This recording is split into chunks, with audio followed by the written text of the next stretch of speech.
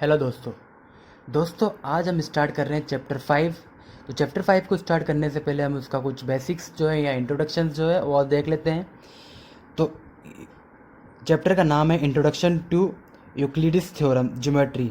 ठीक है, तो यूक्लिडिस ज्योमेट्री में सबसे पहले आएगा हमारे पास एक्सियोम्स। एक्सियोम्स क्या होते हैं? एक्सियोम्स होते हैं वो applicable for every part of mathematics. जो एक्सियोम्स होते हैं यानी कि जो यूक्लिड्स की जो सिद्धांत है वो मैथमेटिक्स के हर पार्ट के लिए एप्लीकेबल होंगे। फिर आता है पोस्टुलेट। पोस्टुलेट जो होते हैं वो एप्लीकेबल फॉर ओनली ज्योमेट्री। तो जो पोस्टुलेट है, जो यूक्लिड ज्योमेट्री के पोस्टुलेट है वो applicable for only geometry part के लिए एप्लीकेबल है। तो सबसे पहले हम यूक्लिड के जो एक्सियोम्स है वो पढ़ लेते हैं। तो एक्सियोम्स जो है सबसे फर्स्ट जो है 7 एक्सियोम्स है। तो उसमें सबसे फर्स्ट है things are equal to the same things are equal to one another. इसका क्या मतलब हुआ?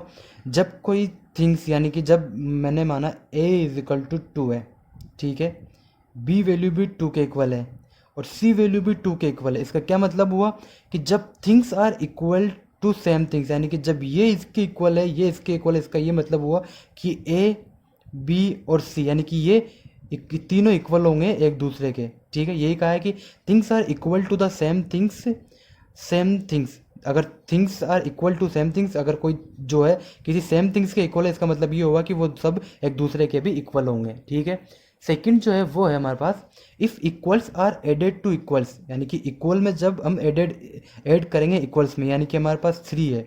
ओके, ये हमारे पास दोनों इक्वल है। इसमें जब हम किसी भी चीज़ को इक्वल करेंगे, इस सेम थिंग्स को इक्वल करेंगे, तो जो कंप्लीट थिंग्स आएगी वो भी कितनी सेम ही आएगी। और ये यूक्लिड का सेकंड एक्सियोम्स, यानी कि if equals are added to the equals, 3 और 3 इक्वल थे, इसमें जब मैंने 1 जो दोनों साइड इक्वल इक्वल ऐड किया तो जो वैल्यू आएगी वो भी इक्वल आएगी।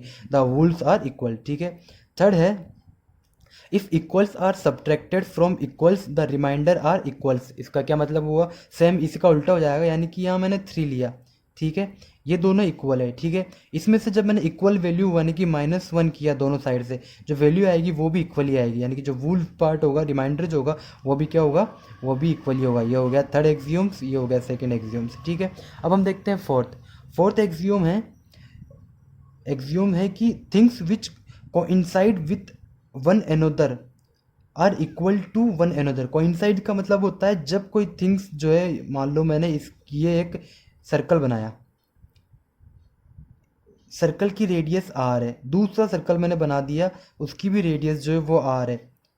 ठीक है, तो ये जो दोनों सर्कल होंगे, जो दोनों की कोइंसाइड है, तो इनकी जो दोनों होंगे वो इक्वल होंगे। ये इतने कहा है कि जब दो सेम या इक्वल रेडियस वाले सर्कल या फिर कोइंसाइड करेंगे तो इसका मतलब ये होगा कि दोनों भी क्या है? इक्वल है। इसी के साथ है the wool is the greater than the part. इसका क्या मतलब हुआ? इसका ये मतलब हुआ कि ये मैंने एक लाइन बना ली, ठीक है, इस लाइन की लेंथ मैंने कहा 50 है। ओके, इसका मैं एक पार्ट लेता हूँ इतना सा, ठीक है, और इसकी जो लेंथ है वो है 20।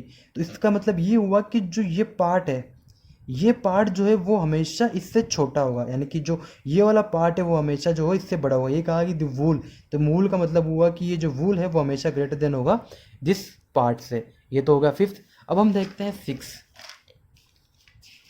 तो सिक्स हमारे पास है, तो वो है कि things which are double of the same things are equal to one another. इसका क्या मतलब हुआ कि जो मान लो थिंग्स यानी कि जो 2x जो है वो y, 2x जो है z के इक्वल है। ओके, और यहीं मैं देख लेता हूँ कि 2y जो है वो कैपिटल X के इक्वल है।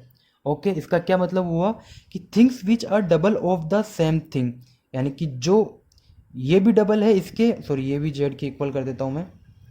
ओके, तो things which are double of the same things, यानी कि ये 2x है वो भी जेड के इक्वल है और 2y है वो भी जेड के इक्वल है। इसका ये मतलब होगा कि जो दोनों चीज़ें वो सेम थिंग के इक्वल है, तो इसका मतलब होगा ये दोनों भी जो है वो इक्वल होंगे, यानी कि 2x जो है वो इक्वल होगा 2y के। ठीक है, इसी तरह अब नेक्स्ट देखता हूँ मैं।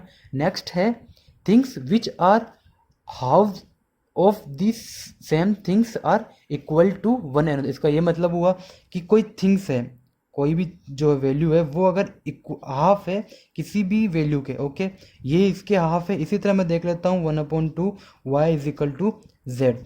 अगर कोई थिंग या कोई भी वैल्यू जो है वो हाफ है किसी भी वैल्यू के, और अगर सेम सेम वैल्यू के अगर दो वैल्यू जो है हाफ है, तो इसका मतलब ये हो जाएगा जो दो वैल्यू होगी वो भी जो हाफ होगी, यानी कि वो दोनों वैल्यू जो है वो भी क्या होगी, इक्वल होगी।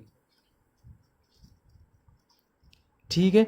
इसी तरह अब मैं नेक्स्ट जो है ये हमारे जो है एक्सियोम्स कंप्लीट होते हैं यूक्लिड के। अब हम देखते हैं पोस्टुलेट। पोस्टुलेट जो है ये हमारे पास 5 है।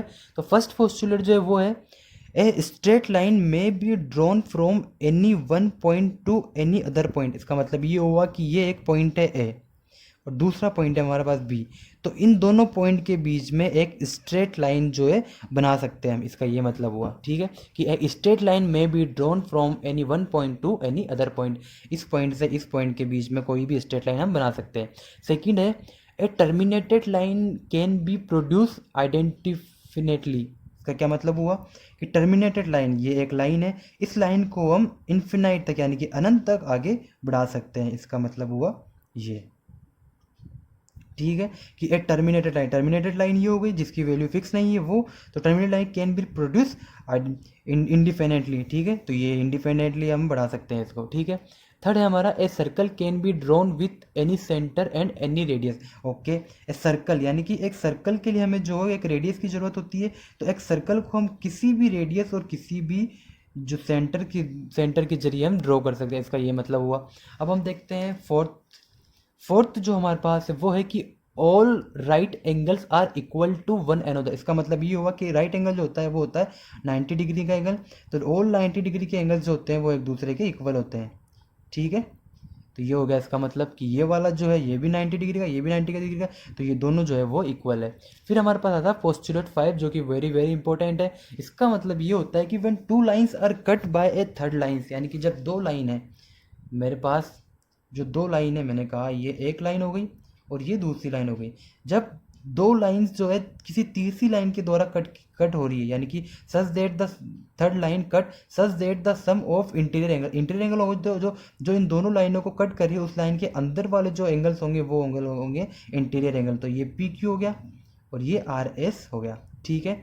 तो इसका मतलब हुआ कि 180 on the one side then first two lines intersect on the same side. जो इंटीरियर एंगल होंगे, इंटीरियर एंगल का जो सम होगा अगर वो 180 से कम होगा, तो 180 से कम हो जिस साइड भी होगा उसी साइड जो दोनों लाइन होगी वो एक दूसरे को कहीं आगे जाकर इंटरसेक्ट करेगी, ठीक है। हमें दिख रहा है कि पी और क्यू यानी कि जो एंगल पी और एंगल क्यू है इसकी जो वैल्यू है वो 180 से कम है, तो ये राइट साइड हो गया और ये लेफ्ट साइड हो गया। तो जो दोनों लाइंस होगी वो किस साइड में, लेफ्ट साइड में इंटरसेक्ट करेगी, ठीक है। तो ये हमारा होता है बेसिक्स। आइए अब हम पढ़ेंगे एक्सरसाइज 5.1। अगर आपको समझ में आया तो वीडियो को लाइक करना और चैनल को सब्सक्राइब करना। Thank you so much.